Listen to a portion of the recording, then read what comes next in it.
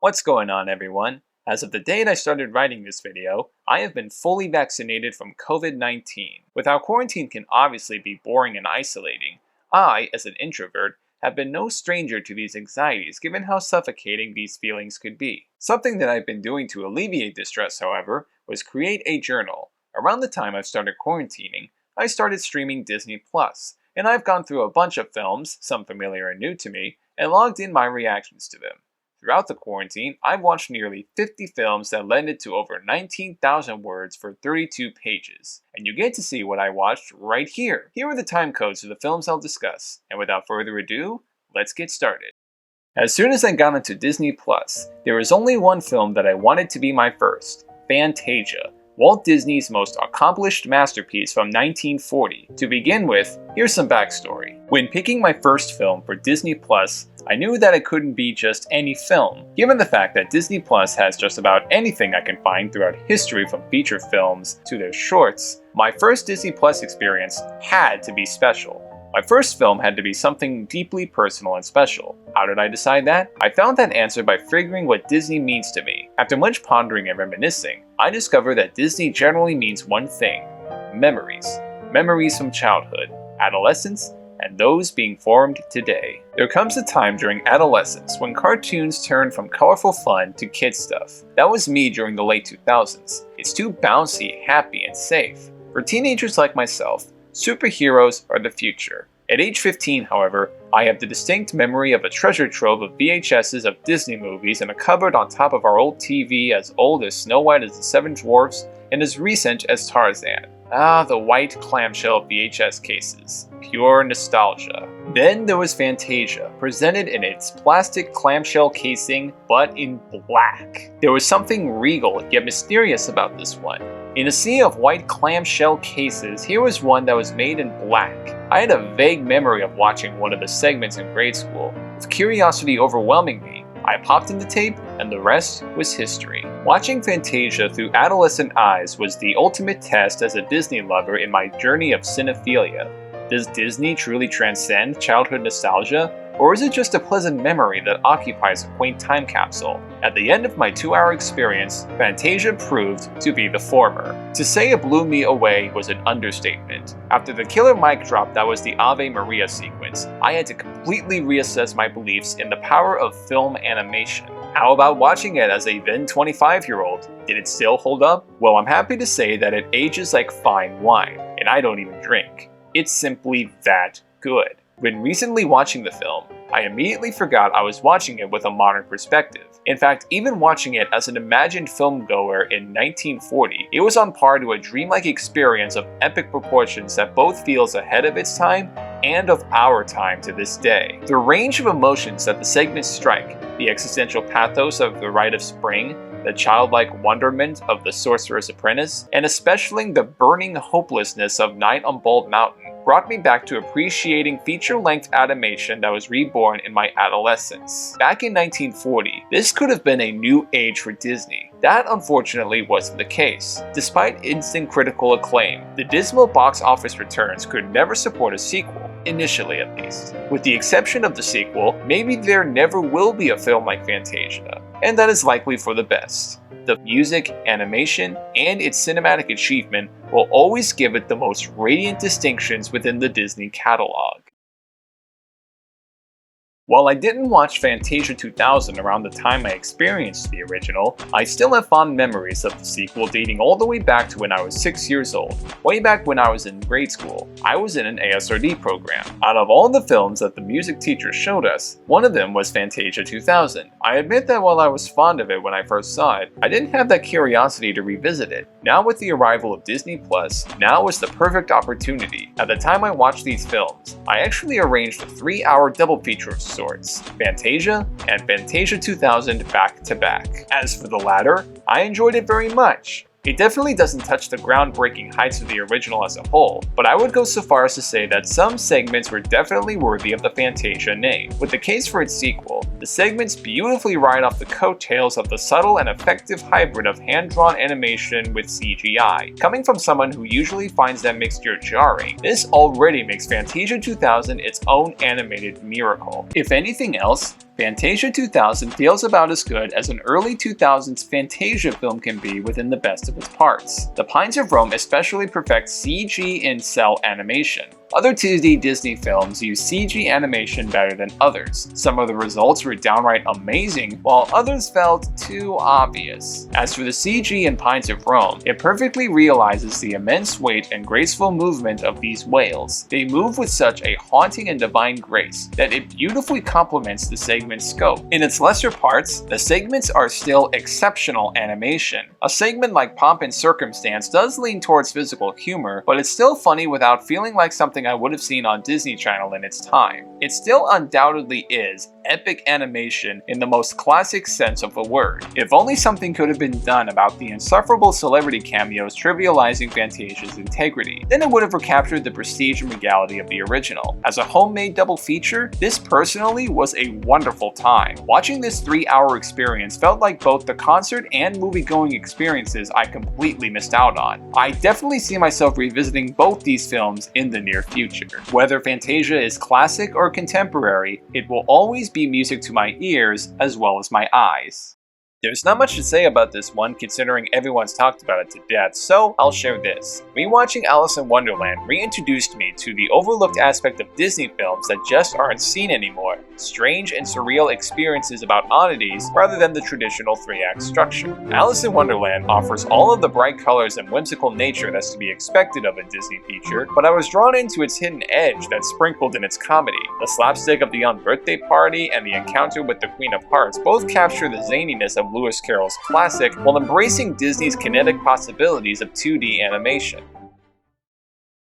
Something tells me that I'm in the minority when I say the following. I much prefer the golden age of Disney films to the ones from the Renaissance era. I'll always have a fondness of what the latter films did, the best being Beauty and the Beast, but when I think of a time of Disney films that truly epitomize the studio at its full creative powers, it's their golden age from Snow White and the Seven Dwarfs to Sleeping Beauty. If I had to pick the best narrative film of that era, Pinocchio stands tall among the other gems. Imagining myself as an audience member of 1940, with only Snow White and the Seven Dwarfs as an idea of the potential behind an animated film, Pinocchio further pushes the envelope of this then revolutionary medium of cinema through incredible music, powerful emotion, and exquisite animation. What Snow White represents as the Big Bang of animation is what Pinocchio means as Earth to Disney. It's that revolutionary. As soon as the film reached its magical conclusion, I felt such a profound sense of happiness and satisfaction that only a Disney film of this era could only hope to convey. Something that Pinocchio perfects so well comes from how much of an evolution it serves from both animation as a cinematic medium, as well as how Disney himself both captures and innovates everything that he achieved in Snow White and the Seven Dwarfs. Frank Thomas, Ollie Johnston, and others also handled the character in specific sequences.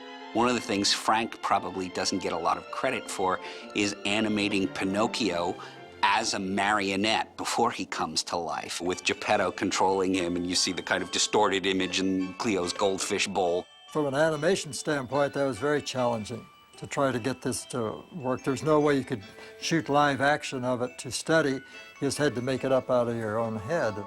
But it feels like wood clattering on the floor. It's the perfect tour de force piece of physicalized animation.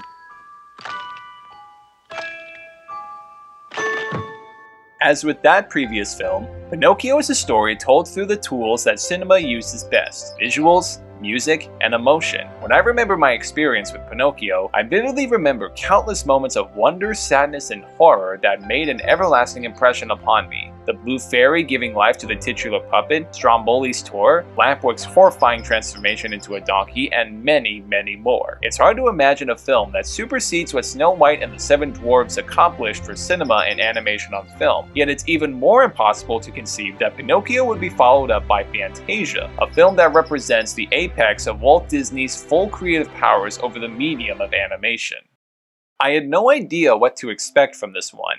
It's an adaptation of a somewhat well-known American novel. It stars someone who would go on to become one of the best actors working today, and it's one of the few live-action Disney films of the 90s that doesn't look like it's appealing to trends. For all I knew, it could be a pleasant if lightweight film. The end result of this adaptation of White Fang is an inoffensive mess. Even without having prior knowledge of Jack London's original novel, the presentation makes up of some interesting ideas about how different cultures view the relationships between man and dog, which unfortunately get lost in translation. The film ultimately executes them with either awkward drama, outlandish caricatures, or surface-level insight into its fairly serious themes. The human drama occasionally punctuates wordless scenes of wolves going about their day. These scenes beautifully offset the main characters, but because the protagonist isn't really that interesting of a blank slate, the animal sequences feel wasted. White Fang could have benefited from more scenes of characters talking about their experiences with dogs. There's one scene where one of the characters mentions how dogs are for work, not friendship, but it doesn't go anywhere else that's not expected. Of course the main character befriends White Fang in the end, but how is that different from any other film about a boy and his dog? There are inevitable tropes, but then there are also tired cliches like these. There comes a point in the film where the plot revolves around some dog fighters. Instead of painting them as villains from a Saturday morning cartoon, why not paint them as pathetic people trying to survive? I see potential of a moral ambiguity to the film's theme that feels criminally underdeveloped. Maybe one of them has a family and he has no other means of supporting them, or something more than a generic black and white contrast. Of course, you can't go full-on dark and disturbing with this, but at least something that a family audience can understand. Even as an unabashed dog lover,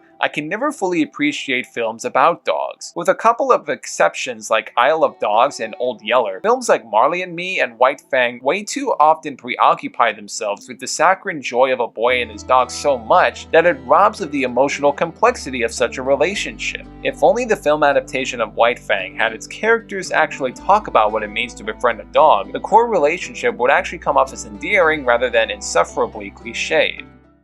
Out of all the films from the Disney Renaissance, one of the few I actually haven't seen is Mulan, until today. Now that it's considered a beloved classic and subjected to yet another one of Disney's live-action remakes, the time couldn't be better to check it out with fresh eyes. After I saw the film, I can safely say that I did enjoy what I saw, and it's a solid entry in the Disney Renaissance. It's fresh to see Disney take a different approach with their animated musicals. Even though it's a fantasy film like their fairy tales, its Chinese setting lends to some of the studio's more unique visuals. On top of that, its more action-packed storytelling makes it more exciting. While on the subject of animation, it's seriously top-notch. The snow fight in the mountains with the Huns is such a standout. This is an excellent example of how to incorporate CG into cell animation without being too showy. The former always helps the latter with scale, rather than art for its own sake. I also like how the film animates Mulan's restrictions without the characters feeling like mouthpieces of such. In The Number Bring Honor to Us All, it was really clever how the animators visualized this conflict, pulling Mulan in opposite directions, using the clothes as rope to tie her down, and other of these instances do a great job of matching the song with these visuals. A lot of the supporting characters are great. Shang isn't necessarily a complex character, but it's nice to see him more as an inspiring coach than a hard-ass drill instructor. It definitely makes his turnaround to Mulan's side feel more authentic. The people in Shang's crew are especially funny and endearing, and they make for some nice comedic relief and slapstick when the film threatens to take itself too seriously. A lot in this film works. Title character is interesting and likable, the songs range, as good Disney musicals do, from heartfelt to catchy, and yes, I'll Make a Man Out of You is as fantastic as everyone says. As much as I thoroughly enjoyed Mulan, there were some major problems that held it back from being in the upper echelon of Disney films. I'm gonna be in the minority when I say this, but I found Mushu more annoying than I did funny. For as much as the film made me believe in its animated version of China, Mushu felt like he belonged in a DreamWorks animated movie than this one. I get that Disney was trying to do the same thing that they did in Aladdin, but Mushu's character comes off as way too obnoxious. Genie's a similar character, but the brilliant animation made him much more than a generic Disney sidekick. On top of that, Agrabah in Aladdin was at first a musical setting, making a character like Genie a natural fit. While Mulan is indeed a musical, its take on China mostly plays it straight. This is all the more reason why Mushu feels out of place. Eddie Murphy's a hilarious talent, but his voice feels like a wasted gimmick. But to be fair, Mushu did make me laugh at this one line though. We're doomed! There are a couple of things I know they're bound to notice. Mulan definitely follows the story of the protagonist using a lie to achieve a goal, gets caught, and has to learn to earn that trust again. A narrative like that does make sense here, but it does take some turns that really don't do the characters justice. When everyone finds out who Mulan is, everyone just turns away and shuns her, not calmly listening to what she has to say. Adherence to tradition, the obvious reason why, just feels like a cop-out. If tradition didn't play a big part in the film, I would accept this. The problem though is that up until this point, Mulan fought off an army of Huns with an avalanche that saved her crew. The reveal moment feels more like an unnatural obligation to formula, and it doesn't help that once the Huns start invading the homeland, everyone is now on Mulan's side again, even though they clearly wanted nothing to do with her. The whole act of the film, while not without its moments of entertainment, all feel rushed and lazy. The bottom line though is this: Mulan starts off quite strong, and despite petering out in the third act, I still enjoyed the film as a whole as a breath of fresh air. I would have loved to see this dichotomy of tradition and subversion explored to a greater sense of detail in the remake, which I saw, and spoiler alert, it didn't, like, at all. But that's another story. But the titular character and everything else I liked really pulled through for me. I'm glad that I saw it, and I wouldn't mind seeing it again. With that in mind though, call me a casual fan of the film. So you're probably wondering, what the hell is this film doing in the video? This ain't a Disney film. And you'd technically be right. But 10 Things I Hate About You is produced by Touchstone Pictures, a film studio technically owned by Disney that puts on more mature films. Imagine it like this: a scale of Disney films between Dumbo and Pirates of the Caribbean in terms of what's considered inoffensive and intense respectively. And in terms of 10 Things I Hate About You, it's more so the latter than it is the former, but I digress. I really wasn't sure what to expect from 10 Things I Hate About You. I'm aware of this film's popular reputation amongst teen comedies as well as updated Shakespeare film adaptations. I tend not to be that crazy about the former kind because there's something about teenagers in film that seem too movie for me. Even though they're clearly comedic characters, I never got the notion that they sounded like actual teenagers. They always sound like what Hollywood thinks what teenagers sound like. This is why films like Lady Bird and 8th Grade resonate with me more than films like Mean Girls or even The Breakfast Club. They have fun with the adolescent side of characters without turning them into shallow caricatures. With that said, I kinda loved 10 Things I Hate About You. This is definitely a Hollywood teenager film, but the comedic wit and acerbic characters really won me over. With such a sardonic sense of humor, it was a hidden charm that really sold it for me. It's a given that certain characters in teen comedies make me go, hey, I know a certain person like that. While 10 Things I Hate About You does channel those teen archetypes, it fully embraces their hilarious potentials, within a PG-13 limit that is. A lot of it has to do with how these actors, who actually look like the age of their characters for Christ's sake, nail the delivery way more often than they don't. A lot of the actors were cast quite well and feel so natural. Joseph Gordon-Levitt's everyman demeanor, Julia Stiles' sardonic edge, and Heath Ledger's bad boy persona have so much personality and give ton of life to this high school setting. I couldn't say I was surprised that this was the film that catapulted them to stardom. 10 Things I Hate About You proves that just because it's a Hollywood teen comedy, that doesn't mean it can never be fun. It's easy to think back on Bambi and not assume it as just a cutesy-wootsy, non-threatening, innocuous family film, and I'd be lying if I said I wasn't thinking that going into the film. With that said, just like Pinocchio, the films from Disney's golden age have this power that's been criminally overlooked with the decades that followed. And that's not to say these kinds of films aren't remembered.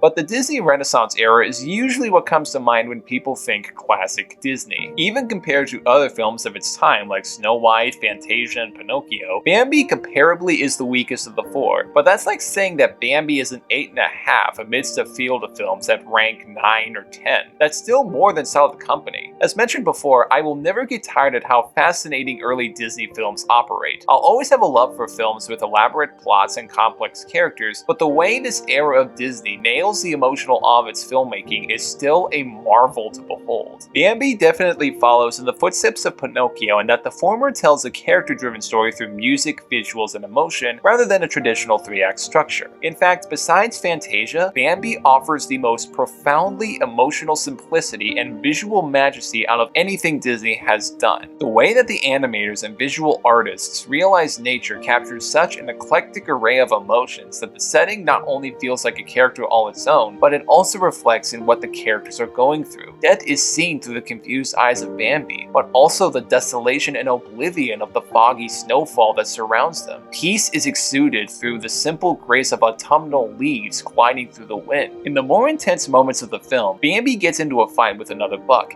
and the colors strikingly contrast to each other with such great intensity. As I mentioned in my Cloudy with a Chance of Meatballs vid, Ron Clements and John Musker once said that the key to a great animated film is to tell the story with visuals first and guide all of that with the writing process. It really does sound like sacrilege to a culture of critics and writers who say story is king, but it really does demonstrate film as an especially visual medium. Story doesn't just exist in the script, but also in the emotions, the visuals, and even the music of the film. Through all this, Bambi shows its story about nature with complex simplicity. There are moments when scenes of great intensity fade to black and cut to ones of innocence and jubilance. With a traditional 3-act structure, this would be unacceptable. In a film like Bambi, however, it only echoes the cyclical zeitgeist of nature, an epic of a serene scope punctuated with chapters of sorrow and bliss. With its climactic sequence of the woodland creatures braving an intense forest fire, it becomes clear that Bambi is not about nature. It is nature. Something that Sleeping Beauty strikes me with is the overall presentation. Unlike other Disney films of its time that would be preserved in 4:3 aspect ratio, Sleeping Beauty retains a Technorama presentation of a stunning 2:35:1 aspect ratio. Though this is the first film where I mention this distinction, it's actually not the first Disney film to do so. That honor belongs to the original Lady and the Tramp, a film I'll talk about much later. I will say this, out of the two, Sleeping Beauty best utilizes this presentation. In previous Disney films, the colorful character animation made their films the most visually arresting. Pinocchio's dance, seeing his nose grow with lies, and many other extraordinary sights made this character his own. Sleeping Beauty, however, goes for the canvas, and it fits the film's scale with ease and dexterity. One of the major highlights is the Once Upon a Dream sequence. The sequence of Princess Aurora and Prince Philip uncannily strikes more resemblance to that of an animated ballet unfolding. That lovely image to that iconic choir is something that only Disney could achieve. After I watched the film for the first time, I looked back at the old VHS footage that featured this number on the Disney sing-along tapes. Something that I fear might be taken for granted nowadays is how film preservation has taken leaps and bounds since those days. A VHS can only display 4:3, butchering the original vision that Disney had in mind. With the advent of DVDs, Blu-rays, and even 4K Blu-rays, home media that can now additionally display 16:9 and 2:41:1 aspect ratios, the full vision of the filmmaker can finally see the light of day on home release. That doesn't limit itself to Disney films either. Films shot on large format cinematography like Lawrence of Arabia, West Side Story, and 2001: A Space Odyssey can finally be shown to the best that home video can offer. If anything, there's not a better time to watch these films the way that it was originally intended than today, within the comfort of your own home. But for now, back to Sleeping Beauty. When comparing Sleeping Beauty to other films of Disney's golden age, I consider this one of their more minor entries. Even with such a rich legacy, I find that the changes that Sleeping Beauty makes to its princess formula work in concept. Relegating the princess to the supporting cast in favor of the fairies, it still rendered Princess Aurora as a relatively hollow character. I'd excuse this if A, Aurora was designed as an engaging blank slate, or B, more screen time was given to more interesting characters like the fairies. In this case, the latter is true, but there's not much to them besides their admittedly funny antics. Despite its tepid cast of characters, Sleeping Beauty does get a facelift from Maleficent. Eleanor Audley voices her, and little known fact, also voices Lady Tremaine from Cinderella, but I digress. She still bestows her with chill, class, and malice that realizes a character of pure destruction and darkness. Much like Alice in Wonderland, Sleeping Beauty kind of speaks for itself with as little as it has. With the former, however, the absurdity and color palette turns its lack of depth into charming simplicity that heightens the madness. In the latter, however, the novelty of its presentation does wear over time, leaving a film with a soul that doesn't measure up to its incredible presentation. To this day, this film, particularly its rendition of The Legend of Sleepy Hollow, remains my first thought when I think about Washington Irving's original story. Even after going back to it after reading the original text, still made me appreciate its transition into Disney animation. As for Wind of the Willows, it reminded me of what Walt Disney would achieve a couple of years down the line with Alice in Wonderland, a strange and surreal journey with loud and colorful characters. Even when telling a coherent 3-act structure, this segment is mad, delightful, and contagiously funny. From a modern perspective, it didn't take long for me to realize that Mr. Toad really has no difference between himself and a modern-day YouTuber bro. He's a person of notable wealth, obsessed with whatever is popular today, gets into trouble with the law, and capitalizes on it until it's time to move on to the next thing. I could see Mr. Toad having a ball with Logan Paul in the near future, maybe even a boxing fight.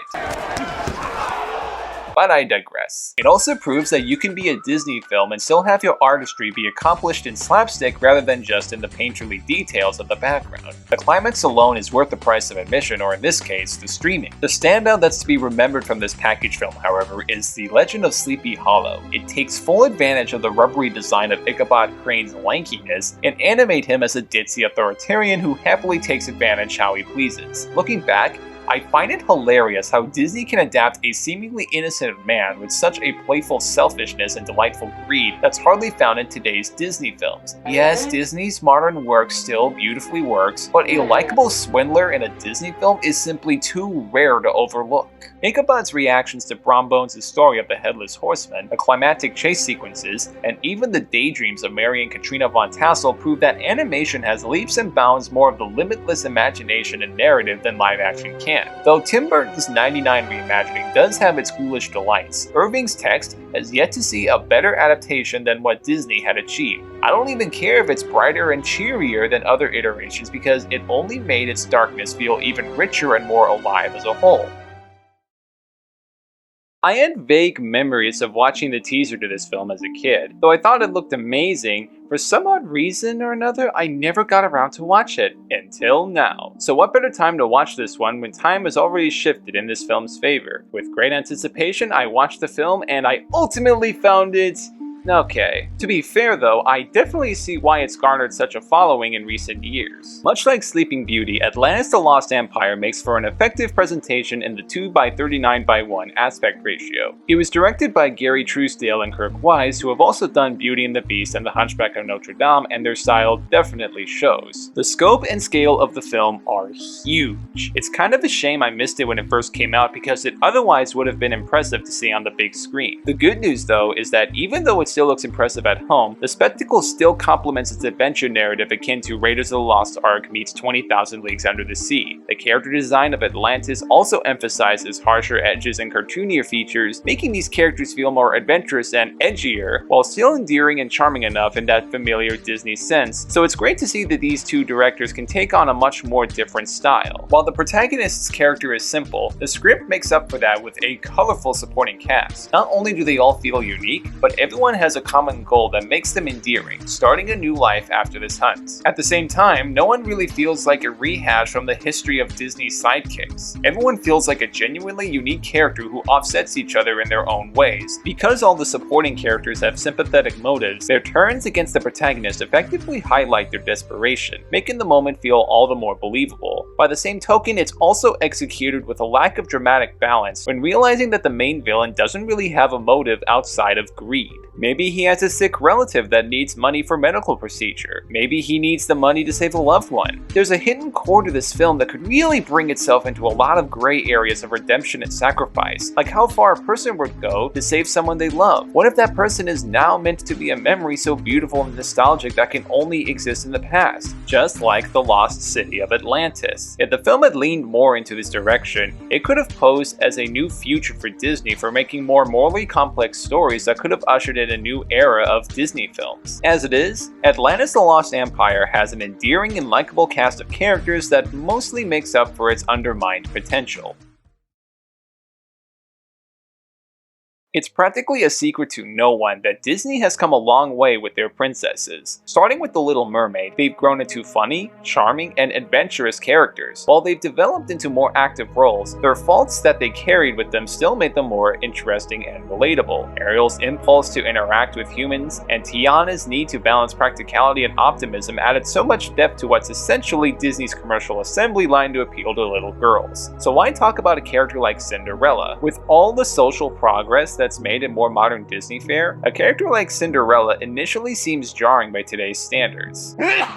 She remains in one place for most of the film, help magically comes to her when she's at her lowest point, and she constantly puts on a happy face doing work. At first, this does paint her as an outdated female character, but watching it again, however, just makes me realize just how reactionary people can be to some of the things Disney has done with their past films. Don't get me wrong, most of them are valid, but others like Cinderella definitely need another look. This is another case where classic Disney still proved itself innovative even when working with certain envelopes. When looking at Cinderella's predicament, she really can't do much. Lady Tremaine has her on a tight leash, and Cinderella has nowhere else to go because she has nothing to her name. That's when the latter character really shines. Her optimism does make her nonetheless inspiring. By the looks of things, Cinderella rarely gets time to herself, but she always sings and muses about how one day things will ultimately work out for her in the end. This is such an anomaly. There are times when older films are normally ahead of their time, but this is such a strange instance where something that seems outdated becomes surprisingly timeless. The princess isn't active? Well, they're mid-century stereotypes. The princess is adventurous? Well, they're so inspirational. The remake tried updating this, but it honestly feels like a step backwards even for the original, but I digress. Cinderella is another instance that while it has some of the best aspects in any Disney film, the animation and visuals, as well as the characters of Lady Tremaine and Cinderella herself, it leaves everything else a lot to the imagination. So, I think the whole film is just okay. A lot of the comic relief and slapstick does come from the escapades of the mice and the house cat Lucifer. Some of it's pretty funny, such as the scenes where the mice try to be sneaky with Lucifer, but most of it just felt like padding. A lot of Cinderella actually is at its best around the last third. It feels like such a relief when she finally gets her dress for the ball ready, and it makes the scene where the stepsisters rip apart Cinderella's dress feel all the more heartbreaking. In fact, watch the sequence again, because the colors, editing, and music still makes it look freaking intense by today's standards. It's brief, but it registers the chaos perfectly, and it further cements what an excellent villain the character of Tremaine is. Between this and Mickey killing the broom in Fantasia, it's amazing that Disney can make anything intense with just the color red. What truly makes Lady Tremaine so loathsome is that unlike other villainesses like Maleficent, Ursula, or even Evil Queen, is that Tremaine doesn't even need the supernatural aid to do any of this. All she needs is a cold exterior, let loose her daughters under Cinderella, and besides control, not really much else. If anything, Tremaine's one of the few Disney villains who doesn't need magic to do what she needs to do, and still comes off as an utterly contemptuous woman. The royal family at the ball doesn't have much to do. The king and his servant are fine to watch, and their slapstick has good animation, but it's not all that special. Not to mention Prince Charming is a handsome boor. How does he play into all of this? It makes sense to make Cinderella's dream of escaping her home come true, but why couldn't it have been just that? If Prince Eric wasn't necessarily deep, why not make him more of a dreamy mystery? I can't help but feel that while Disney evolved up until this point, their weaknesses, which could easily have been overlooked for their strengths, grew way too apparent to make the strengths of the film stand out. Overall, Cinderella has some of the best aspects in the Disney canon that still hold up, but everything else feels too standard.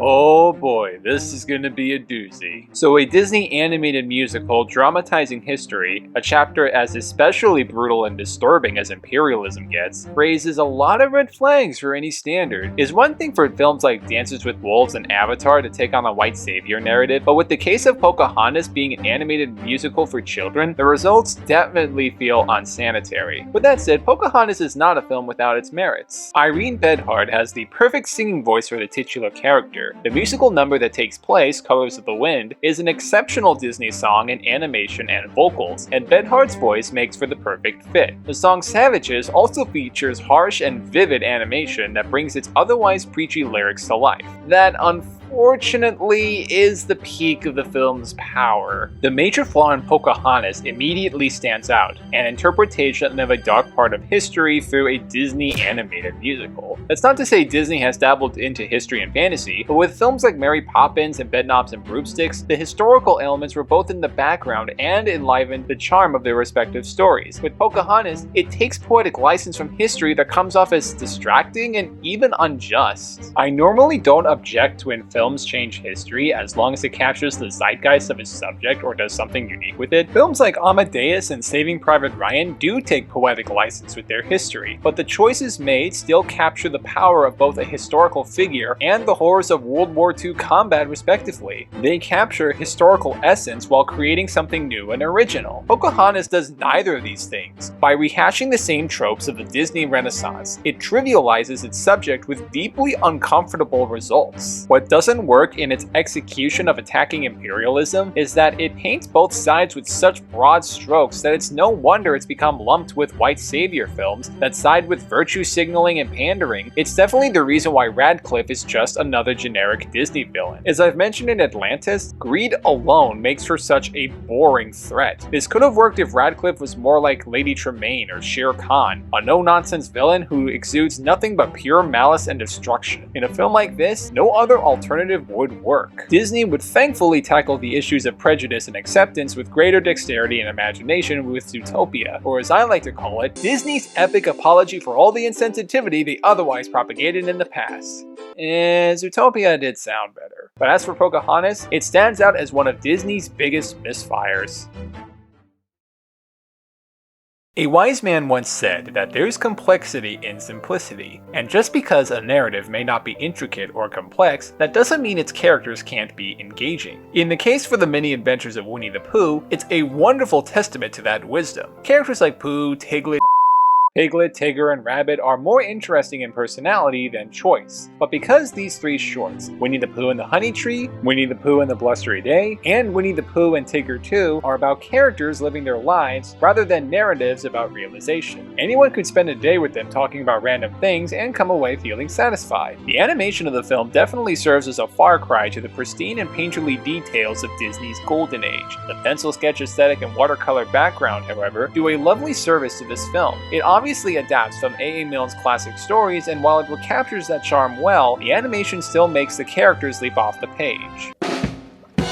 In the original stories, Pooh would have moments when he recites poetry. The animated film, however, has the perfect substitute: music from the always endearing Sherman Brothers. Several songs such as the main theme, Heffalumps and Woozles, and Hip Hip Hooray also capture the whimsical simplicity of the 100-Acre Wood. The former in particular especially gives Pink Elephants on Parade a run for its money in terms of acid trips. Which does pose the question, if the characters are figments of Christopher Robin's imagination, does that mean he's smoking a doobie? Oh well, that's a conspiracy video for another day. With the film emphasizing characters over plot, it makes the last scene all the more quietly powerful. As Christopher Robin talks to Pooh about what will happen when they won't be together, it becomes clear what's going on. Christopher Robin has to grow up, and it's all shown exactly like how a child is going through all this. Even at a film's 75-minute runtime, the experience nonetheless feels nostalgic.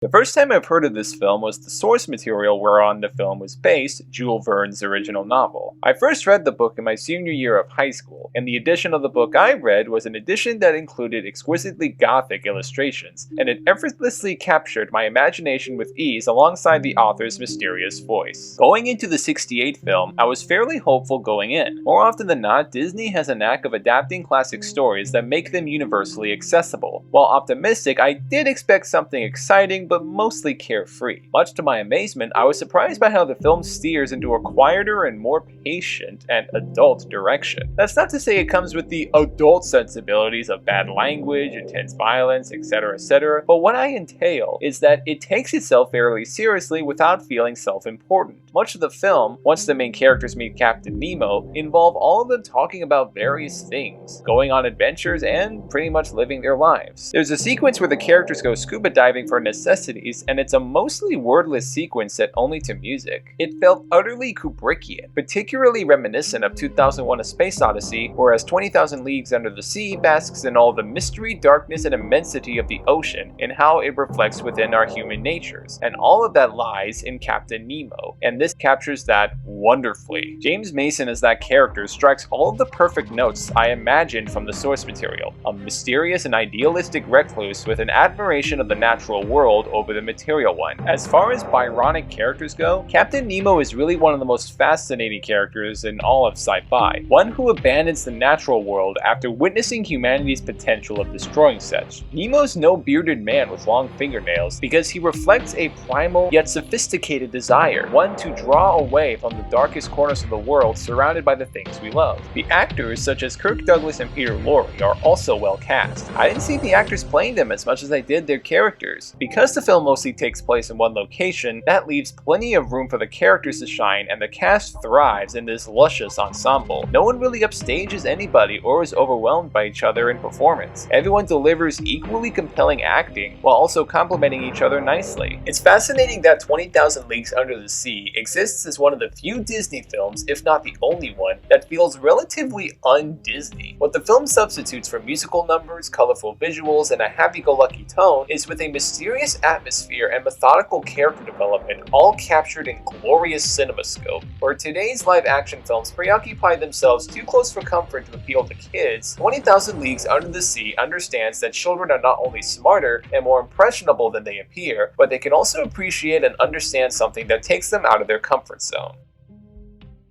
Like the mini adventures of Winnie the Pooh, Robin Hood goes for an aesthetic with characters drawn in sketchy, pencil-like designs with watercolored backgrounds akin to that of a children's books. It worked back then, and it certainly works here. The characters of Robin Hood and Little John are pretty much what to expect from these characters. The former is righteous, but always a crafty hero, and the latter is his faithful sidekick, albeit bigger in size. They spend their days robbing from the riches and giving back to the poor, all to Roger Miller's breezy and laid-back song, Golly What a Day. Robin Hood isn't so much as a reboot of the classic legend, but more of a children's book retelling of such. I think the reason why this film sticks out as the most iconic of the retellings of the character is that because all the characters are animals, their personalities register on the level of pure animation. Robin Hood would be a cunning fox, the prince would be a tyrannical yet insecure lion, and Friar Tuck would be an innocent badger. How a gritty, epic $100 million film from the creative duo of Gladiator becomes widely forgotten over a Disney film is a joke that writes itself. Robin Hood features plenty of fun slapstick, particularly with heists with King John and Sir Hiss. The two especially make up some of Disney's more underrated villains of the catalog. Watching him cry and pout after losing his riches is always funny to watch, and having him bigger with Sir Hiss makes it even funnier to watch. Even though I consider this film mid-tier Disney, it doesn't suffer from uneven ambitions like some other films mentioned in this video. For what Robin Hood does, it clearly succeeds in all regards that are cozily effective without being particularly groundbreaking. Something tells me that this film is remembered more for its place in pop culture rather than for its actual quality. Everyone remembers La Bella Notte, while they all want to forget the Siamese cats, but that's a topic I already covered, so moving on. Before Sleeping Beauty, Lady and the Tramp is shown in a CinemaScope presentation of 2x55x1 instead of the traditional 1x33x1, where the former perfected its presentation, turning it into an animated portrait and a ballet at the same time. The latter similarly evokes a portrait. It's clear that Sleeping Beauty perfected it because Lady and the Tramp, even with its Rockwell-esque visuals, doesn't really utilize it that well. It rarely lets the presentation shine as an immersive experience. As far as films about pets go, it's pretty weak. By today's standards, seeing the world through the eyes of the pets feels surface level. Even with that, the owners are complete idiots. Who lets their dog sleep in the laundry room? Who lets a woman watch over their child when she brings not one, but two cats in the house knowing that a dog is there? I know this is one of the shortest entries in the video, but there's really not that much else to what's essentially a generic Disney film. This is one that unfortunately doesn't stand the test of time like most films in the canon. As I mentioned in my entry of White Fang, I consider most films about dogs and pets as way too preoccupied with the cute factor of these animals and not so much on the deeper relationship between the owners and their pets. Don't even ask me about the remake, cause I have no reason to watch that.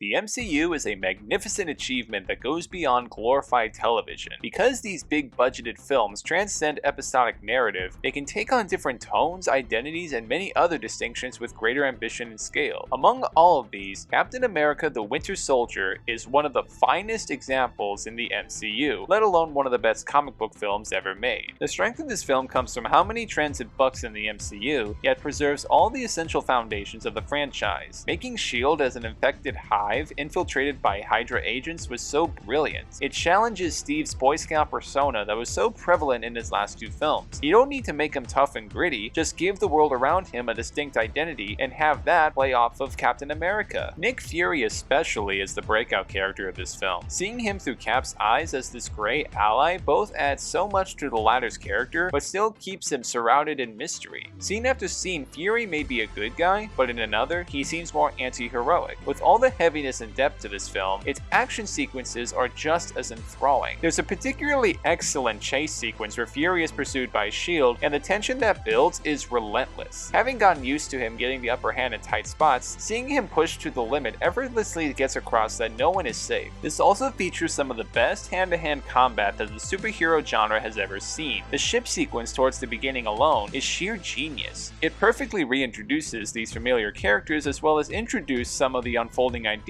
with the perfect balance of action and exposition. The scene brilliantly climaxes where Steve fights the bad guy behind the hostage takeover. At first, Steve fights him off with his shield, but the enemy tells him, the rest of the fight is pure hand-to-hand combat, storytelling perfection. When I first watched this film, I was constantly gripped. Watching it again makes me fully appreciate just how the action always pushes the story forward and never lets a beat go to waste. Watching this sequence again as a gamer, I found that it looked slightly familiar. I couldn't put my finger on it until I realized something.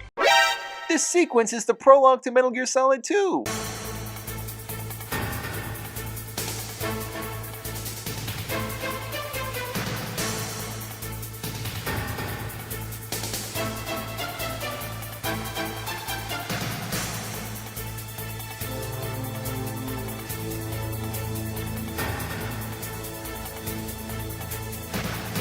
Whoever says there should be a movie based on Metal Gear Solid can rest easy. We've already had one, and it's called Captain America the Winter Soldier. This is one of the best superhero films ever made. Who would have thought that a directing duo such as the Russo brothers with a comedy background could helm a film as good as this one? It's no wonder they would go on to make Civil War and bookend the Infinity Saga with Infinity War and Endgame respectively. They know that a superhero isn't all that interesting until their moral code is pushed to the nth degree. Considering where the MCU would go from here, heroes have gotten even more interesting since then. As a whole, I consider the MCU the natural evolution of the Hollywood blockbuster since George Lucas released Star Wars in '77. No, not A New Hope, Star Wars. Moving on. With Captain America the Winter Soldier, the superhero genre continues pushing the creative envelope with intriguing pathos that offset exhilarating action sequences.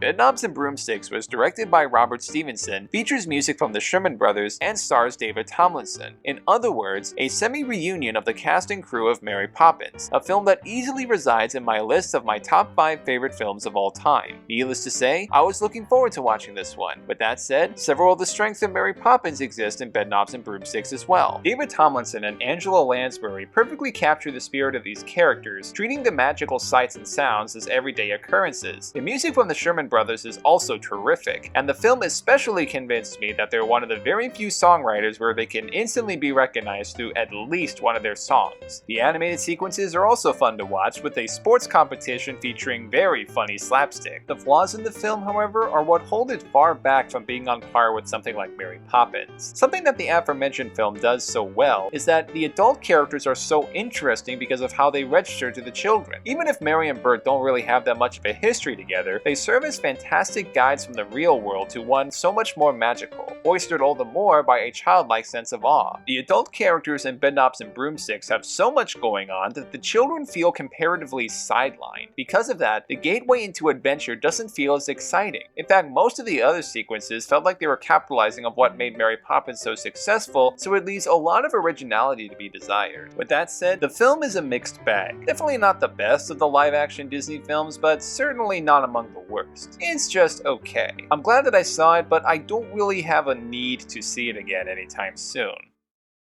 This is my Black Panther. This movie empowered me. It helped me get over my rejection from the female known as Gabriella, who'd rather date a Chad instead of a true gentleman who'd treat her well. Amazing cinematography and a great performance by Zac Efron. Films like High School Musical are true art that get misunderstood by filthy normies who watch Schneider's Bakery kiddie movies instead of the challenging, thought-provoking kino like The Cheetah Girls. Okay, I'm kidding. Here's the real review.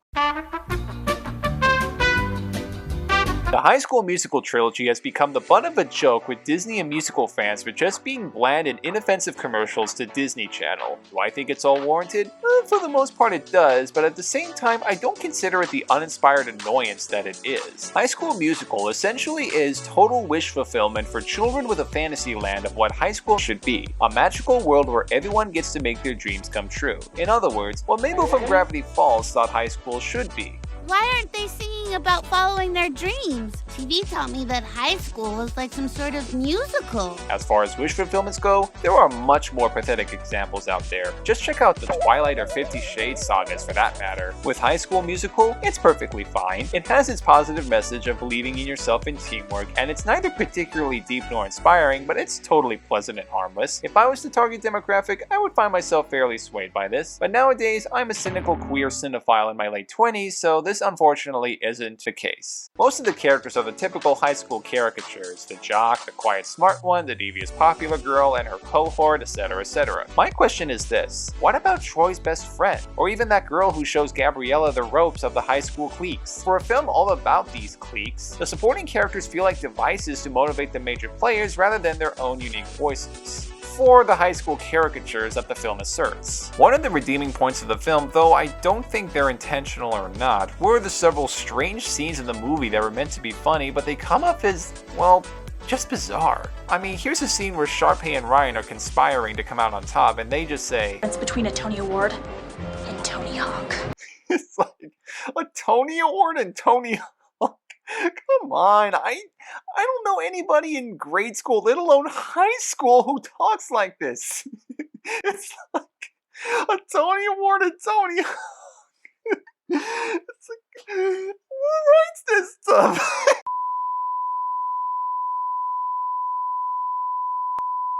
Because of the harmlessness and the unintentionally strange charm of the film, I couldn't go out of my way to declare it awful or even a fun romp. It's a bizarre and charming time capsule, though it's certainly not a good film by any means. At the same time, its existence doesn't really bother me that much, so I'd say take it for what it's worth.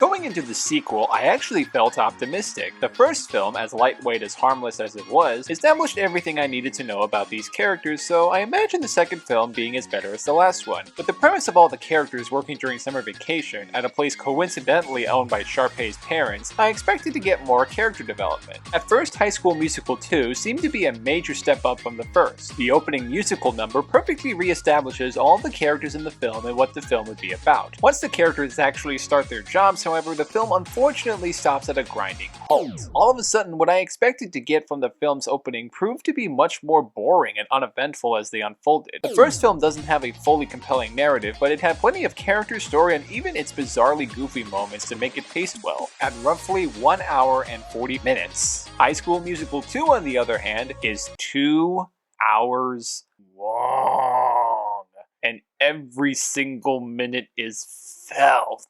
There's a saying that at least one character is so interesting and magnetic that they alone can carry an entire film. Other Disney characters such as Pooh Bear and Dory benefit from having a story based around them because the way they interact with the world around them are not only interesting, but totally identifiable and heartfelt. You also know how in a Richard Linklater film that the plot takes a backseat to characters just speaking their minds and living their lives? Well, imagine if all those characters are empty high school stereotypes. A major problem with this film that I haven't noticed until now is the musical numbers. The big ones themselves are perfectly fine, but the quieter and more tender ones just feel tonally off. There's this one sequence where Troy and Gabriella sing about their future together and it's initially tender, but then it weirdly belts out. Because of that, it overrides any of the drama going on and bloats it into an obligatory big song. It doesn't even build in scope either. Imagine if in Tale as Old as Time, Mrs. Potts skips all of the tender lyrics and goes straight for the crescendo. It just robs of emotional payoff. High School Musical 2 is definitely bigger and more character driven than the original, but it lacks the pacing to make it feel tight. The sequel largely feels unfocused and aimless. Here's hoping that the third film ends the trilogy on a high note.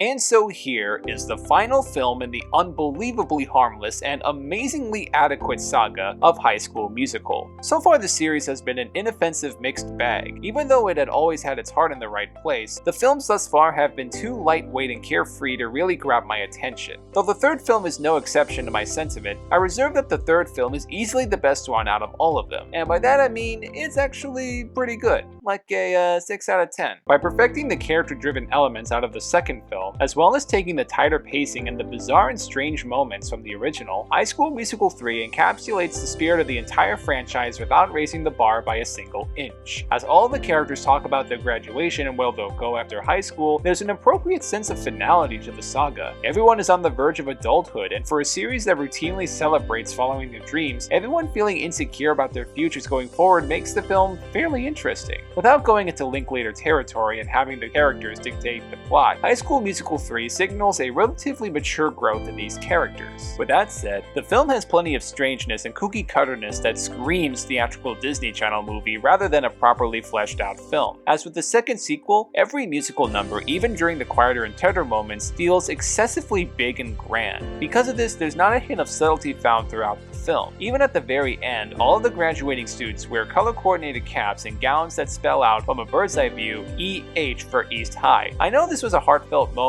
but I completely cracked up when I first saw this because it just looked like a giant eh. High School Musical 3, like the first film, has no shortage of moments that made me scratch my head with the thought that, did that really just happen? There's this one scene where Troy is waiting for Gabriella at her house, and when she comes out, all of a sudden there he is up in a tree like he's Spider-Man. Come on Disney, the latter already has a musical production, just stick to the 20-something actors playing hormonally adulterated teenagers. This is also the only time that I'll hear the words Muppet and gangster in the same phrase. I hope Brian Henson was taking notes for a possible movie, but now I realize that it should never have happened. High School Musical 3 is definitely the best film of the trilogy, but not without the strangeness and innocuous nature that keeps it from being exceptional. Yeah, that's not a serious accomplishment, as the whole series exists as a harmless and fuzzy time capsule, a look back at time where high school could be imagined as a carefree musical until Gravity Falls hits us with the reality that it's actually a teen horror movie.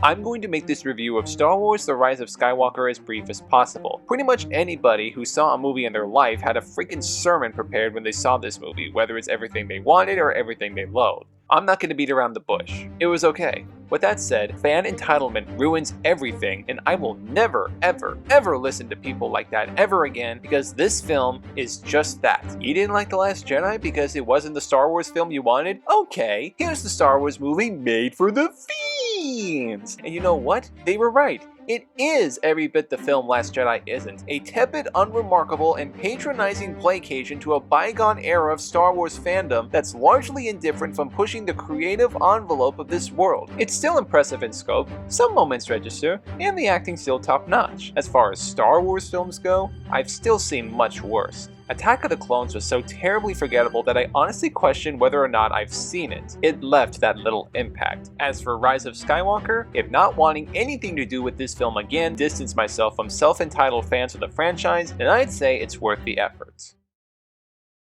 Let me just say this firstly. I love that Maleficent has a following because even films I hate deserve some love out there. With that said, why make a sequel with this crap? The original film relishes in its tradition of the Broadway phenomenon Wicked, in which it presents an iconic antagonist in a frame that reveals them as a misunderstood anti-heroine. With Maleficent, Angelina Jolie did everything she could with a character that's honestly not the least bit intimidating, chilling, or even that threatening. Maleficent just comes off as a bored edgelord. She's too sympathetic, making her villainy shamefully subdued. That sadly is the case once again with Mistress of Evil. A good start with its first act so far, but all that comes crashing down when a big war threatens the entire kingdom. Seriously? You have this film that, while incredibly bad, did have sequel potential in following its metaphor for sexual assault, but really? We're gonna go into a big war? That's it? When will this end? This is why we make sequels? Just to make characters pawns for giant action sequences? Just because there's a big epic war going on, that doesn't mean we'll instantly be engaged with the characters. You know how Michael Bay made people sick of explosions? Well, with Alice in Wonderland, Oz the Great and Powerful, and Maleficent, live-action Disney films, if anything, just made wars and big battles completely boring. Whatever happened to characters just sitting down and talking things out? If something like a Pixar film can achieve big emotions with so little, then why can't a live-action Disney film that claims that, oh, it's real, it's for adults, it has to be big and serious even though it has those horrifying-looking CG fairies who actually look worse in this film, have a similar standard to that? Even in something big like Avengers Endgame, the climax feels so exciting because they allow a whole 2/3 of the film to engage and sympathize with characters who feel consistently relatable. In Maleficent, Mistress of Evil, the conflict feels downright petty. Oh boo-hoo, your sister-in-law hates you. Well, you know what? What did you think was gonna happen? A change in heart? A flip of the dime? Just like that? Even when she's been planning to wipe you out all this time? Why do you even need approval from a-hole tyrants like her in the first place? Just stop whining, embrace villainy, build another castle, make your own family, rule in peace, and take charge, make us root for you, and stop being such a sniveling, ineffectual, paltry poster child of an edgelord poser! Yeah, I know in the original animated film, Maleficent declared war because she wasn't invited to a birthday party of all things, but you know what? She threw down so villainously hard that I didn't care. I wanted to see her be the worst person she could possibly be. This rendition just looks pathetic. Yeah, I know I went on a tangent, but there really is no sugarcoating it. This was just awful, heinous, soulless, unhappy trash. The sooner I move on to the next entry, the sooner I can forget about this trek.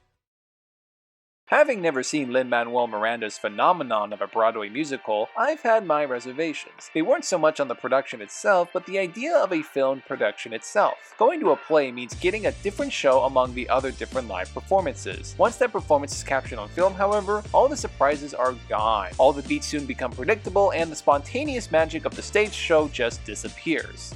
Not here though. Thomas Kahle's brilliant direction beautifully preserves the 2016 Broadway production with vibrant cinematography and precise editing that cinematically enhances the performance while preserving the theatricality respectively. It aptly raises the bar for all film productions of Broadway musicals. As it is, Hamilton is about as perfect as a preservation of a Broadway musical as it gets. See it if you haven't already. Something that I can definitely tell about The Little Mermaid was how it kicked off the Disney Renaissance from there up until Tarzan. It felt like that Disney, for better and for worse, was on this experimental kick where they do just about anything with every film. With films like Pooh, Robin Hood, and more, they certainly felt like their own thing, but nothing particularly game-changing. That's where The Little Mermaid, however, comes in with a bang. One of the most striking elements of the latter film was how directors Ron Clements and John Musker embraced the imagery that evokes the classic artistry of Disney's golden age. Striking vistas like the castle, the shipwreck, and Ursula's lair all evoke the mythical childlike awe behind Snow White, Pinocchio, and Bambi. There are also more touches that also echo that Disney era, like Ariel's growth of legs that harkens back to the evil queen's transformation, as well as Sebastian's overprotection of Ariel that makes Jiminy Cricket look like a deadbeat dad. Alan Menken and Howard Ashman's score comprises some of the finest music of the Disney canon. The simply flawless soundtrack even makes the point that animation and musicals blend together seamlessly, not because it's for children, but the former medium expands the theatricality of the latter to the point where a story like The Little Mermaid would be impossible to conceive in a live-action format. And with the popularity of the live-action remake inevitably on the way, I hope Disney remembers this. Much like The Little Mermaid, I only had really vague memories of watching this film in my childhood. I can't exactly remember where I watched it, but there are sequences I barely remember, like the Cape of Wonders sequence as well as the climax. Going into it, I expected to enjoy it just as much as I did The Little Mermaid. So what did I think of Aladdin? It was good.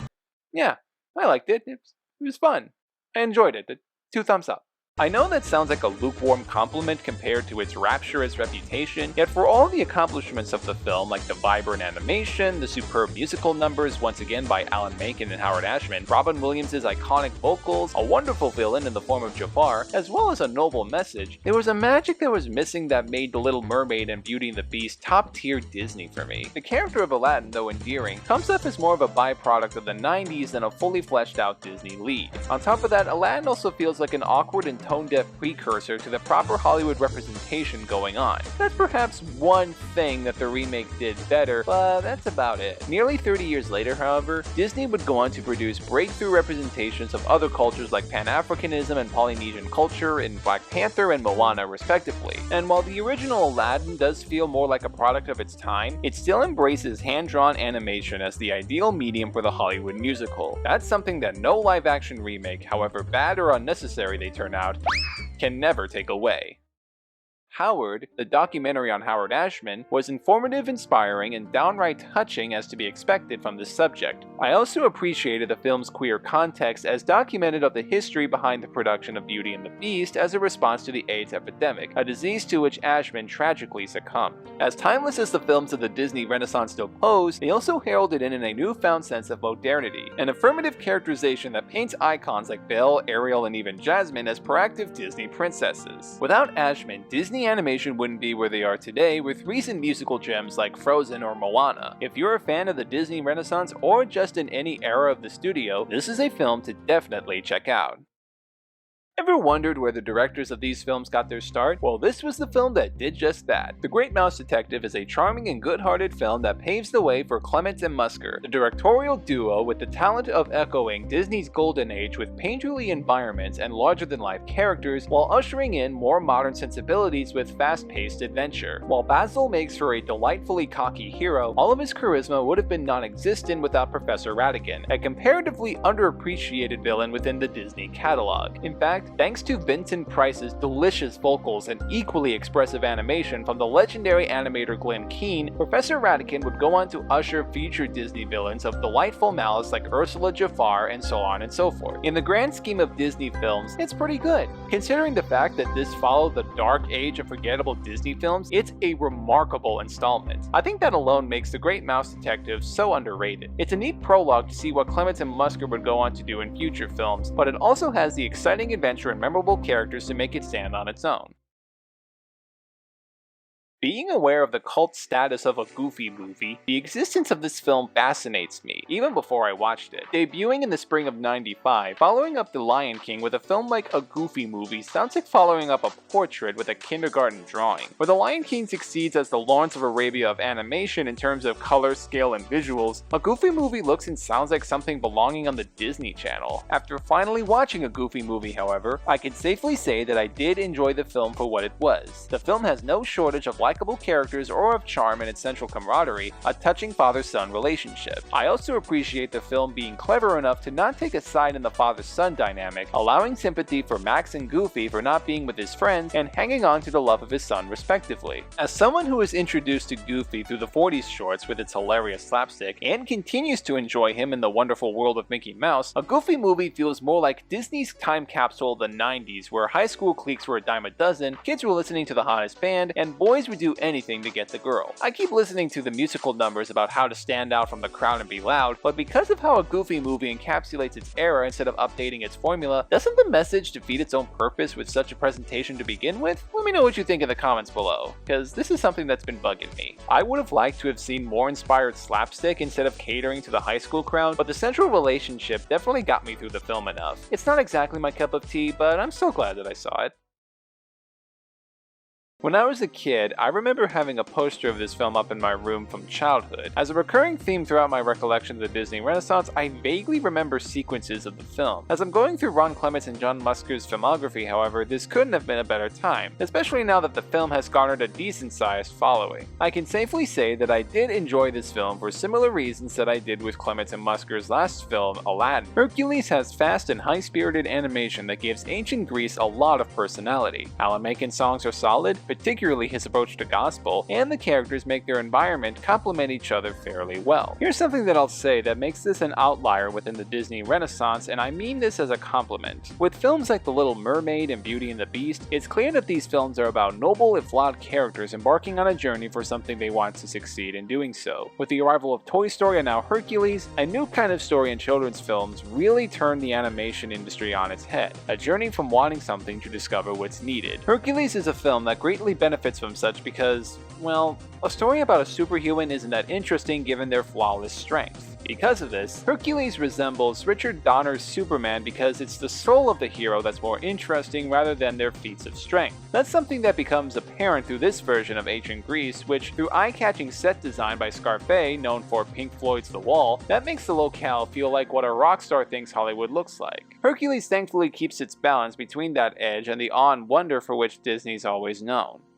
Before I get into the film, here's some backstory. Remember the very first time I saw this film when it was in my senior year of high school. My old English teacher would give us extensive reading reports for books we read on our free time. Being the ambitious and slightly obnoxious hipster I was back then, I always hit high with my choices. After reading such novels like Catcher in the Rye and 20,000 Leagues Under the Sea, I set my sights on The Hunchback of Notre Dame by Victor Hugo. Being engrossed in Hugo's take on religious fundamentalism and French architecture, I immediately watched the Disney film afterwards and was expectedly underwhelmed. Why I thought it should have been more faithful to the book, I, in retrospect, have no idea. Fast forward 8 years later, however, and I have dramatically warmed up to it. The fact that Disney actually adapted the novel into its own thing is a significant accomplishment in and of itself. Being directed by Kirk Wise and Gary Truesdale of Beauty and the Beast fame and would go on to make Atlantis: The Lost Empire, the scope of the film is still spellbinding. Even with more CG blended into the cell animation, Notre Dame had never looked more massive and stunning than in any other film. Once again, using CG to enhance the scope and scale of 2D animation makes for a more subtle spectacle. Here's a Disney villain who actually doesn't enjoy the horrible things he does. When Ursula takes Ariel's voice while singing, it's diabolical yet delightful. When Frollo declares his conquest against Esmeralda and the Gypsies, as well as showing remorse for his lust, it's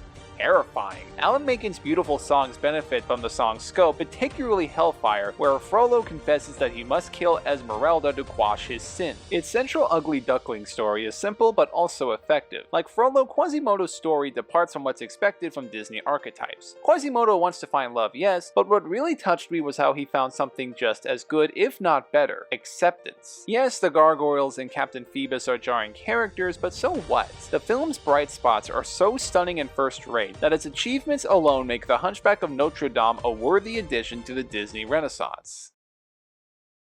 When I heard of the idea of a live-action Disney musical set during the turn of the 20th century, and based on a populist true story no less, I was intrigued. Given the fact that it also starred a young Christian Bale, who would go on to become one of the most disciplined and compelling actors working today, I was ready to be swept away. When it was all over, I honestly thought the film was just okay. I enjoyed it at first with its musical numbers, but as the film started to dramatize its own history, Newsies started to wane on my interest. Make no mistake, in no way did I expect a 100% historically accurate dramatization of its subject. By the same token, I was left wanting more on how its director really felt about the subject. Yes, these boys in the film deserve better, and there's an inclination to fight for their rights, but I never found the struggle that personally engaging. As for my second time watching Newsies, my feelings on the film were as clear back then as they were the first time. The overall Disney-esque spectacle and sentiment wore off to the point where the film comes off as an uninspired dramatization of the potentially interesting story of the Newsies. Fast forward to 2020, I watched the film again as a segue into the famous Broadway musical to be made nearly 20 years after the film's release. After watching the film again for the third time, I unfortunately admit that it's only gotten worse after a subsequent viewing. Another aspect of the film that grew to bother me was the film's production value. Whose smart idea was it to shoot the film as this hodgepodge between a musical made for film and stage? The scope and medium of film perfectly captures spectacle of the musical, as demonstrated with films like West Side Side Story, Singing in the Rain, and even Disney's own Beauty and the Beast. Impressive choreography aside, Newsies is a film that should have gone to the stage, and based on how its stage adaptation would fare, that was probably for the best. For a film about the plight of prepubescent workers, the production value once again is too polished and friendly. Everyone looks pretty clean, spick and span. Either the place they stay has amazing digs, or the director decided to go for a glossier and family-friendlier take on social inequality. Either way, it really hurts the authenticity of the film. Once again, I did not go into Newsies expecting the height of social realism, but the film comes off as too carefree and naive to neither elicit any sympathy nor authenticity. As I've gone on to see from the stage musical, I guess an idea has to start somewhere and not everything can start off as a winner, and that is Newsies' case.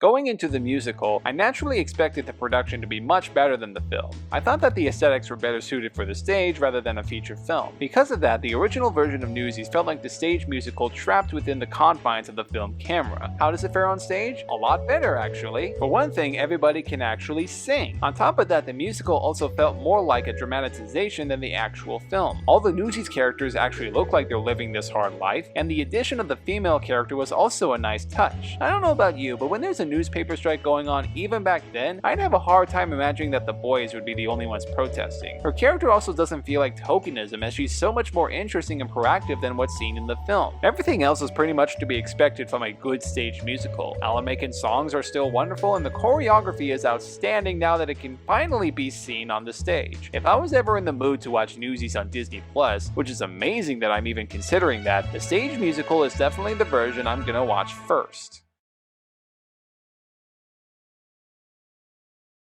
The only memory I have of this film as a kid was during my daycare days when this film was shown every Halloween. As someone who would rarely watch anything that wasn't animated, I naturally turned away from it. Even looking at the VHS cover of the film, it just looked way too dumb to grab my interest. Once Hocus Pocus turned into a cult classic, I eventually caved and decided to watch it for Halloween. Going into it, I went in with optimistic expectations. I didn't expect a holiday classic, but I hoped for a fun and goofy time. Without beating around the bush, the film was just terrible, and not even as ironic fun. I will say this, however, the actresses who play the Sanderson sisters totally commit to their roles in the most manic ways possible. The visual effects are surprisingly solid with what's given, and the relationship between the main character and his little sister can be kinda cute at times. There are, however, several flaws that make Hocus Pocus such an obnoxious experience to watch. The story itself just doesn't fundamentally work as a coming-of-age story. Here's a main character who's moved into a new community and has trouble fitting in because he doesn't like Halloween. Okay, fair enough, that's fairly relatable, and you'd think with this setup that he's gonna come to terms with this new environment and coming around to the holiday spirit, but even if the latter weren't the case, no one really changes by the end, making the whole film ring emotionally meaningless. No matter how good the actresses are at playing the Sanderson sisters, the characters come off as one-dimensional cartoons. Aside from casting spells, making really charmless banter, and mugging to the camera, they're not all that interesting beyond that. They want to bewitch the entire town, but what the hell are they gonna do once that's taken care of? Where's the fun in their chaos? Because they're gonna die by sunrise anyway, it makes their plot, again, all the more pointless. If you're gonna kill the sisters anyway, let us enjoy the fun of their mischief and stop treating this as a foregone conclusion. Because the witches are from another time, Hocus Pocus does try to work in some social commentary about the real world, but it's unfortunately about as pandering and embarrassing as they come. How would they react to the 90s? Being wowed by all the fancy technology? Boring. Given the context of the Salem witch trials, maybe the way women are treated today, the feminine identity in the 90s, the acceptance, the bigotry, there's comedic potential that the film is just far too lazy with which to even further engage. Even at about an hour and 40 minutes, Hocus Pocus just feels like it's going through the motions and running on fumes. This is something I beg that the sequel could explore, because that would make the witches so much more interesting and actually funny. Given the sensibilities of Disney's most recent reimaginings, however, I am not gonna hold my breath. The biggest problem with Hocus Pocus that got on my nerves is everyone highlighting that the main character is a virgin. Everyone either outs him for that, if not completely shame him for such. If someone out there made a thesis out of this for queer theory, this whole film becomes a friggin' Catholic nightmare to literally scare you straight. But that's another story. What's even creepier though is that the main character starts off with a love interest, and it's assumed that he ends up with her by the end. What exactly is Disney telling me through this film? Being a virgin is bad even when you're 13, and winning the heart of the girl of your dreams will change that once you get laid?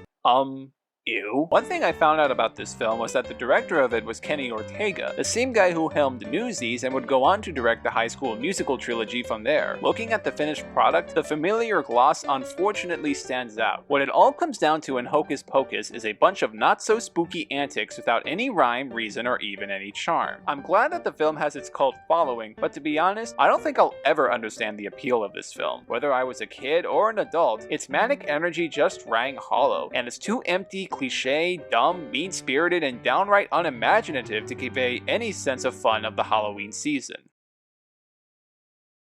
Having been aware of the film's reputation from its initially negative critical reception, the significantly darker tone compared to the '39 classic, to its place among 80s dark fantasy films, I was unsure what to think of it going in. Now that I finally watched it, I can safely say that Return to Oz was far better than I expected. In fact, I'll go so far as to say it's one of the better, if not one of the best fantasy films I've ever seen. What makes Return to Oz so effective comes from how it does such an excellent job of establishing a singularly dark tone to the point where it both succeeds as a standalone sequel and a surprisingly respectful preservation of the 1939 classic. For as dark and twisted as Return to Oz gets, it never veers into downright sadism. This is because any of the more frightening moments feel earned in its narrative. What the film really comes down to is the realization that childhood is just a fleeting relic of the past, and how the preservation of such endures within a world on the brink of desolation. Despite its family-friendly menace, the characters make up the heart and innocence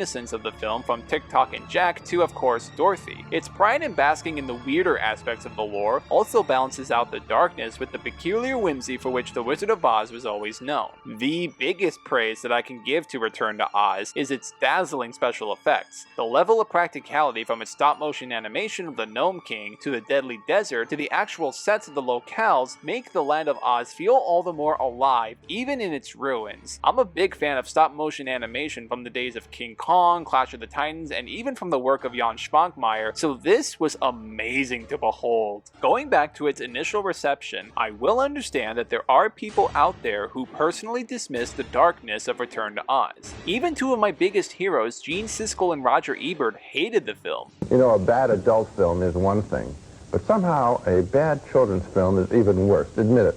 Because you sit there, even if you're a critic paid to sit there, you sit there thinking, what am I doing with my life watching this picture? And Return to Oz was such a lousy film that I'll always resent that it stole 2 hours of my life. When I'm dying, I want you to know, if you're at my funeral, I want you to know I'll be there thinking, I could have lived 2 hours longer, or happier.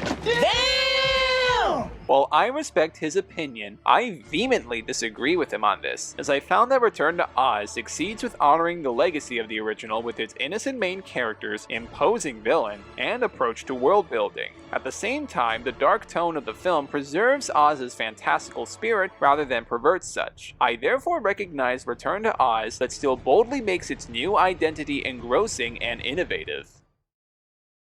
Even as I grew up with the Muppets, and by that I mean Disney's earlier films than the first movie, I've been conscious of this adaptation of Charles Dickens' classic novella for the longest time. It was around my sophomore year of high school when I heard Muppet Christmas Carol talked about again, and I decided to watch it out of curiosity. As it turned out, I was fairly amused by it. Fast forward roughly a decade later, after having watched the superb 2011 Muppet film, as well as the first season of the OG Muppet Show, I went back into a Muppet Christmas Carol with a more experienced perspective with the franchise. As before, I enjoyed it neither no more nor less as I did the first time. In fact, I'm quite surprised that the film has gone on to become the holiday cult classic that it is. To be fair, however, I can definitely see why such a film would merit such a distinction. For all the adaptations of Dickens' novella, with the possible exception of the hilarious Scrooge, comedic renditions of the story on film are indeed sparse. For all the otherwise stellar adaptations with pathos that plead to become the Christmas Carol adaptation, having a more humorous rendition of the tale alone does make A Muppet Christmas Carol unique. With that said, the film's funnier for having characters occupy in iconic roles rather than spoof conventions, and in that regard, my enjoyment of the film is more reserved compared to its following. So what makes me on the lukewarm side of things? Well, it certainly has its funny spots, and it also hangs on to its reverence to the source material, yet the latter grows into a weakness. By going with a more straightforward recreation with these characters rather than a full-on comedy a la The Great Muppet Caper, A Muppet Christmas Carol has a a mild case of identity crisis. This balanced synergy of heart and humor feels much more keenly balanced in the Muppet movie and even in the 2011 reboot. I think that if A Muppet Christmas Carol took more shots at the source material and there was a stronger anarchistic spirit for which these characters were always known, I think it would have been a lot funnier. I also think that Michael Caine is decent at best as far as Scrooges go. He definitely has the physique down to a T, and he captures the anger and chill of the character. How would the bookkeepers like to be suddenly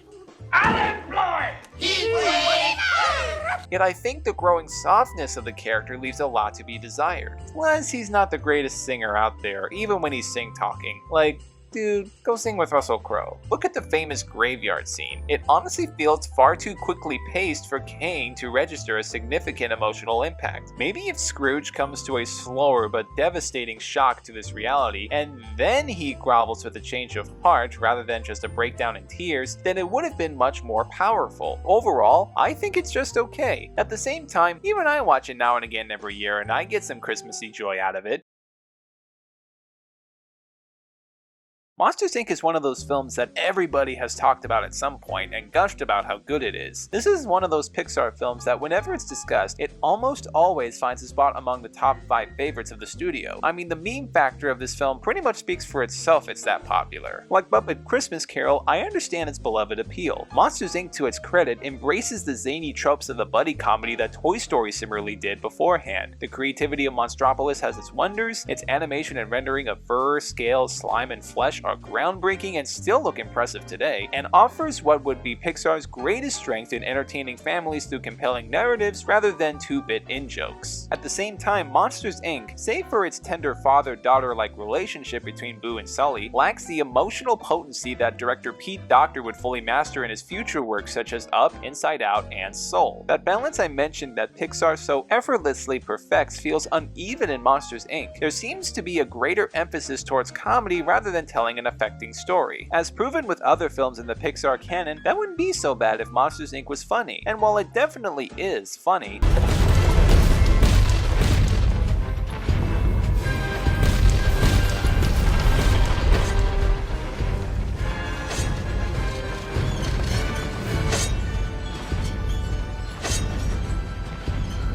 I'm not howling with laughter like I would with the other ones. It took until rewriting this script to realize the one thing that was lacking: the camaraderie. Take Woody and Buzz, Carl and Russell, and Marlin and Dory for instances. You know what's a recurring theme with these duos? They're different not just in looks, but in personality. In Monsters, Inc., their friendship just doesn't feel as complex or as funny. Mike and Sully do visually clash, but they're not different enough to make their disagreements feel funny. When Woody gets mad at Buzz for not realizing the louder's a toy, it's really funny. When Carl has to put up with Russell on the adventure, it's hilarious. When Marlin has to be creative to put up with Dory's condition, it's hysterical. That makes their more heartfelt moments feel all the more resonant, plus both of them have a change of heart and individually earn their transformations. When Mike and Sully's friendship is tested, there lacks an emotional punch because their transformations don't feel earned. The scene where Sully learns to do the right thing because he alone feels that it's right, rather than have his best friend and peers express that for him, is indeed a powerful moment because the stakes perfectly convey that Sully does have everything to lose in his friendships with Mike and Boo. Mike does ultimately come around to support Sully's choices, but it's treated as a throwaway joke. That's why my heart doesn't go out to these characters like other Pixar duos. They don't completely earn the changes in heart. At the end of the day though, Monsters, Inc. is still a solid, colorful, creative, and funny film that snugly fits within the B tier of Pixar's work. For all the times I've constantly heard Home Alone brought up within the lexicon of Christmas film culture, it's only taken me until now to finally watch it. And after doing so, I can safely say that I thoroughly enjoyed it for its delightful slapstick, thoroughly entertaining characters, and Christmassy vibe. I'm actually surprised that I enjoyed it this much. Being both a John Hughes produced and written film, I wasn't sure what to expect. Planes, Trains, and Automobiles is far and away my personal favorite film from his, but his teen comedies such as Ferris Bueller's Day Off and The Breakfast Club feel like pleasant if sanitized products of the 80s. There's not a whole lot that I can say about Home Alone that everybody else hasn't already said, but something that Hughes exceeds in Home Alone comes from how it fully embraces the childlike and giddy fantasy of a child having the entire house to himself. It's a hilarious and delightful Christmas film, and it's definitely a seasonal watch for me, for sure. Miracle on 34th Street is one of those films, such as It's a Wonderful Life and at least one adaptation of A Christmas Carol, that I simply cannot go through one Christmas without watching. It's also one of those films that everyone has talked about to death, so I'll make this brief. Miracle on 34th Street comes with a carefree and feel-good reputation, yet there's wit and sophistication underneath its heartfelt exterior. This is a film that works as a romantic comedy, a family film, as well as a courtroom drama, but the true brilliance comes from how this trifecta of blending different genres actually complements each other and adds to their power rather than detracting from them. Miracle on 34th Street is a very funny film because it makes the legal proceedings of the film all the more fascinating because it makes the romantic subplots of the film all the more endearing. I honestly recommend this film to people who simply don't believe that films can be more than one genre. I also recommend the film as somewhat of a filmmaking lesson in how you make a film of multiple genres fluently and holistically work. I already talked about Soul in a past movie review, so I won't go into too much detail of what I already said. If you still want to hear more of what I have to say about it, then check out the link to my review right here. This is Pete Docter at his most existential and imaginative. Everything that's made Pixar the cinematic juggernaut that it is, stunning animation, photorealistic rendering, intellectually mature storytelling, endearing characters, and hilarious comedy, has all their bars raised by this film. As someone who didn't watch the animated original growing up, but eventually did to my amusement, I had little to no inclination to watch the live-action remake of Mulan in the theater. The good news was that I was able to watch it within the comfort of my own home. The bad news, however, was that it cost $30 a viewing. I saw Mulan once I got free access, and I didn't like it. By the same token, if I did see it through premium access, then I really wouldn't have liked it. Now, whenever I go to the movies, tickets usually cost around $10.95 a piece, so to put that into perspective, that's about 3 matinee tickets. So unless you have 2 other friends who are willing to pay, a family of 3, or have enough change for yourself, why charge that much for what's essentially a glorified rental? What if I just want to watch it alone? All it does is just inconvenience consumers and hurt box office returns. It definitely did that for Mulan and Raya and the Last Dragon, so why keep doing this? Getting back to the film in discussion, the lack of innovation makes it a miserable slog, the visuals pale in comparison to what animation can limitlessly do, the characters feel like hollow impersonations of what came before, and it takes itself so seriously that it teeters on the edge of unintentional parody. How is it that The Guru, a 25-minute episode of a Nickelodeon cartoon, that being Avatar: The Last Airbender, does an infinitely better job at explaining the concept of chi while flawlessly tying that into the show's resident character and story arcs, but a Hollywood-budgeted 2-hour-plus action epic with an all-Chinese cast and one that's actually about Chinese folklore can't even scratch the surface of chi like the former did? That's beyond inexcusable. That's just f***ing lazy. Needless to say, Mulan was truly awful, and it killed any remaining interest, however microscopic, that I retained for Disney's live-action reimaginings. After The Lion King, this was just insult to injury. Alright, Black Beauty. When you've seen one film about an owner with their horse, you've practically seen them all. I will say that there are exceptions that defy those mediocre standards, such as Warhorse, The Rider, and Lean on Pete, since they either go all out on depicting the mindset of the owner or the horse themselves. As the 10th adaptation of Anna Sewell's iconic novel of the same name, and my first exposure to such, I have a feeling that there are better adaptations out there. Everything just feels very standard and nothing leaps out to grab me. In fact, even the locale feels bland. The tone of the cinematography with its light colors make it too dreamlike. Even for a film that's set in the pastures, it looks way too clean and sterilized. This isn't the set of Disney's Black Beauty. This looks more like a production of Hallmark's rural white woman's romance on the countryside. After watching the film, I actually did some research on the novel's reputation. I read that it played a significant role in raising awareness to animal cruelty, especially towards horses. While that treatment in this adaptation doesn't come off as preachy, it also fails to convey a sense of urgency. As I mentioned in my White Fang review, films about an owner and their pet feel way too innocuous for my taste. With the exception of Isle of Dogs, way too many films put the emphasis on the cute factor of the animal rather than letting all the essential parts of the film contribute to the whole relationship. I'd say check it out if you can find nothing else on Disney+, but even the quote-unquote nothing else is better than that. Then I'd say if you just like looking at horses and having something on in the background, then I guess it does the job. But with something that says Disney's Black Beauty, this deserved so much better.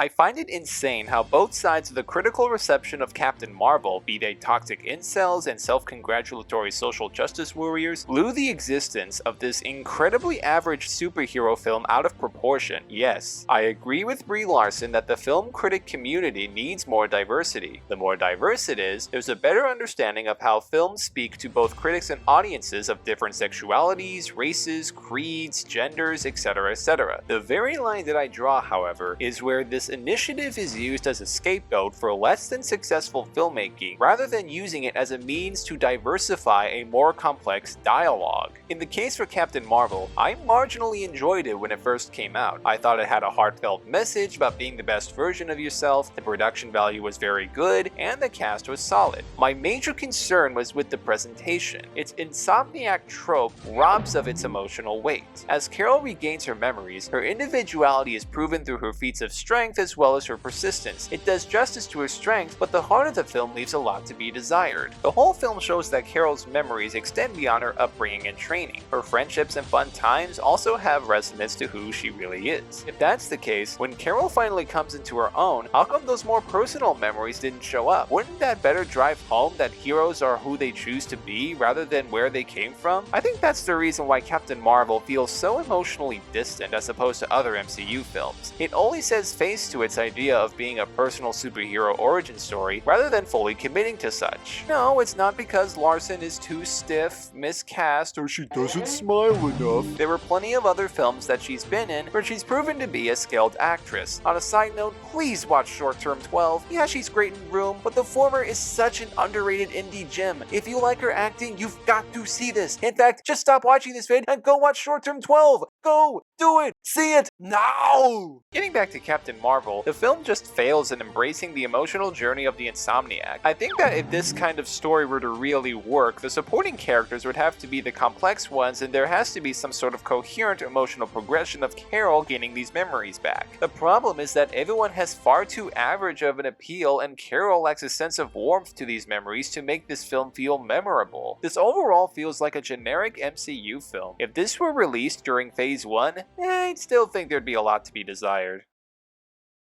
Boy, by the sound of a steampunk reimagining of Robert Louis Stevenson's classic story, I definitely expected a lot more than this. Treasure Planet is emblematic of the less than stellar post-Renaissance Disney era. Throw a bunch of ideas at the wall and just see what sticks. This has worked for a bunch of Disney's more off-kilter ideas like The Emperor's New Groove and Lilo and Stitch because they embraced how weird they got and led to endearing and charming results. With films like Atlantis and Treasure Planet, however, the latter especially comes across as totally resistant to its potential and instead dives headfirst into an awkwardly flashy blend of CG and cell animation and wasted potential with its steampunk spin. Treasure Planet is so painfully basic with its follow your dreams message that if this was an ordinary take on the story, there would be little to no difference. Even the side characters like the uptight authority figure, the one that's obviously made for a toy tie-in, the goofy sidekick, the charismatic villain, all feel constrained to Disney tropes. Even the animation wasn't all that great because it relies far too much on obvious CGI. This worked in the Hunchback of Notre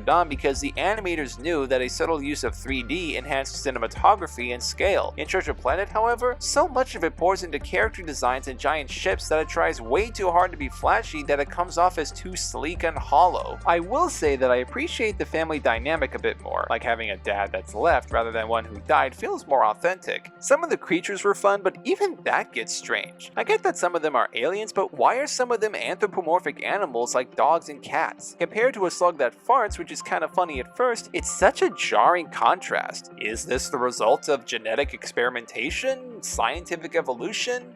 Alien abduction? This world clearly lacks any mystique. It makes sense in Guardians of the Galaxy for people and a genetically enhanced raccoon to be in outer space because the film already subtly establishes that people and animals on Earth do get abducted. This could easily have been something enhanced in the narrative. As the world keeps evolving, so do people's intentions, as seen in John Silver's Mutiny. By the end of the film, there feels little to no change that's taken place. Jim Hawkins learns to follow his heart and John Silver learns to make nice, but the journey felt totally unremarkable. Ron Clements and John Musker are masters at channeling the power of Disney's golden age with films like The Little Mermaid, The Princess and the Frog, and even Moana, while films like Aladdin and Hercules also strike a balance between that magic and contemporary sensibilities. Treasure Planet ultimately feels like a failed fad.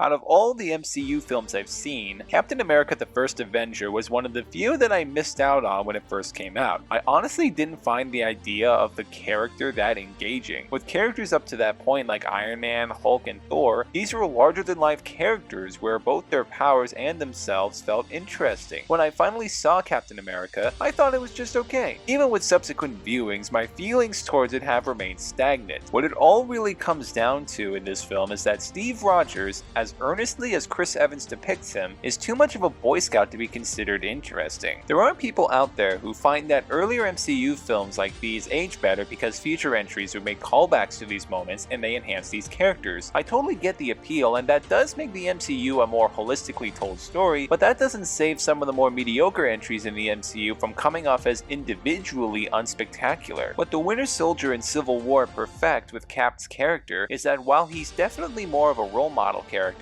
it's the world that plays off of him that makes him interesting with the choices that he makes. The supporting characters in both of these films nail that, whereas in the first Avenger, the supporting cast, especially the villain, come off as afterthoughts. As far as Phase 1 MCU films go, the only reason why it's not the worst one is because other films like Iron Man 2 and The Incredible Hulk exist. With the first Avenger, it's a fairly standard standalone superhero film that thankfully doesn't have to bear the burden of the MCU continuity. With that said, it doesn't stand out enough from the pack to make it a truly exceptional superhero film.